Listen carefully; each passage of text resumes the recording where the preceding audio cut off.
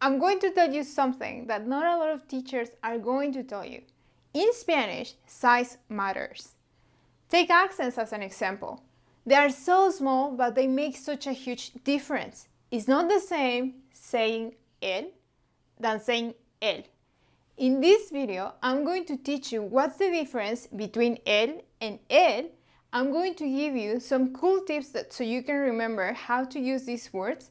And I'm also going to give you a quick quiz so you can put this knowledge into practice. And as a bonus, I'm also going to teach you what's the difference when you use these words with accents and no accents. Hi everyone, this is Daniela from Tell Me in Spanish y estoy aquí para ayudarte a hablar español de forma más natural. As I was mentioning at the beginning of this video, él with accent and él without accent can be easily confused because they basically sound the same. However, in Spanish, we use él with accent as a subject pronoun for the third singular person.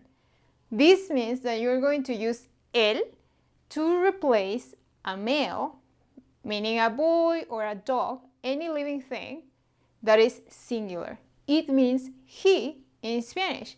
Let me give you some examples. Manchas es mi perro. A él le gusta dormir. Manchas is my dog. He likes to sleep. Él corre muy rápido. He eats. He runs very fast. Este carro es de él. This car is his. Notice that when you're using él, you're replacing something else. It can be a person or an animal, but this is important. It has to be clear for everyone else or nobody's going to understand you, okay?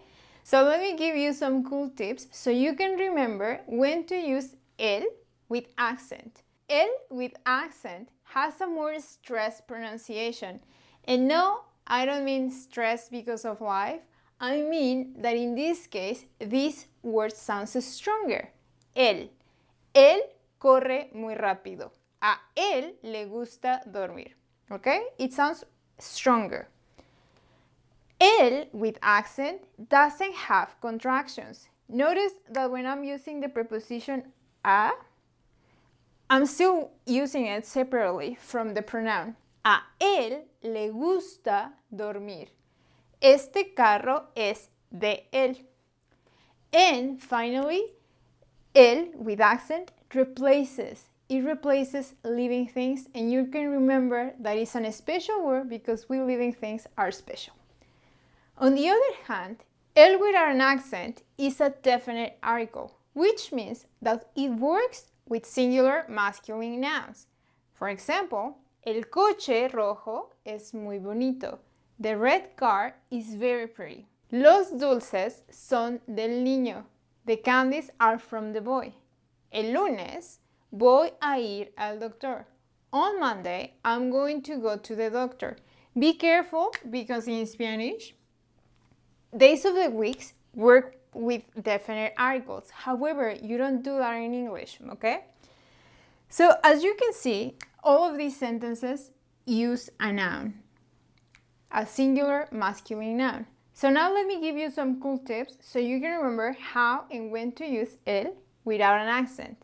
Él without an accent has a softer pronunciation. Sorry, check the difference. Él corre muy rápido versus el coche rojo es muy bonito, okay? Another cool tip of this word is that él without an accent has contractions. These contractions are the combination of mixing the prepositions a and de with él. So they turn out al doctor, for example, al doctor and del, okay? Those are the contractions, and as you already know, those contractions don't exist with él with accent. And my favorite tip is that él is a toxic word. This means that it cannot go along without its noun. It's so toxic that it cannot be working along without the noun. The farthest that it can go is that you can put an adjective in the middle, but that's it. For example, este es el mejor día de mi vida. This is the best day of my life. Well, that's it, okay? So now let me show you another pair of words where the meaning is going to change depending on the presence or absence of the accent. For example, si. Si without an accent means if. You're going to use it to talk about conditions. However, si with accent is an affirmation. Acentos, los acentos sí importan. Accents do matter. Te, without an accent, is a pronoun. However, if you add the accent, is a beverage, is tea. Se is also a pronoun if you leave it without the accent. However, when you add the accent mark, you're talking about the verb saber. Yo sé español. Papa is potato, is the veggie that you eat. However, when you add the accent mark, papa, you're talking about your dad. Bebe is the verb beber, to drink. When we add the accent mark, that word becomes baby, bebé, okay? So now let me give you a quick quiz so you can apply these words. Your job is very simple. I'm going to give you 5 sentences and you just have to complete them using el with accent or el without an accent. Number 1, blank es muy inteligente. Number 2, no me gusta blank chocolate. Number 3, blank perro es de Julián.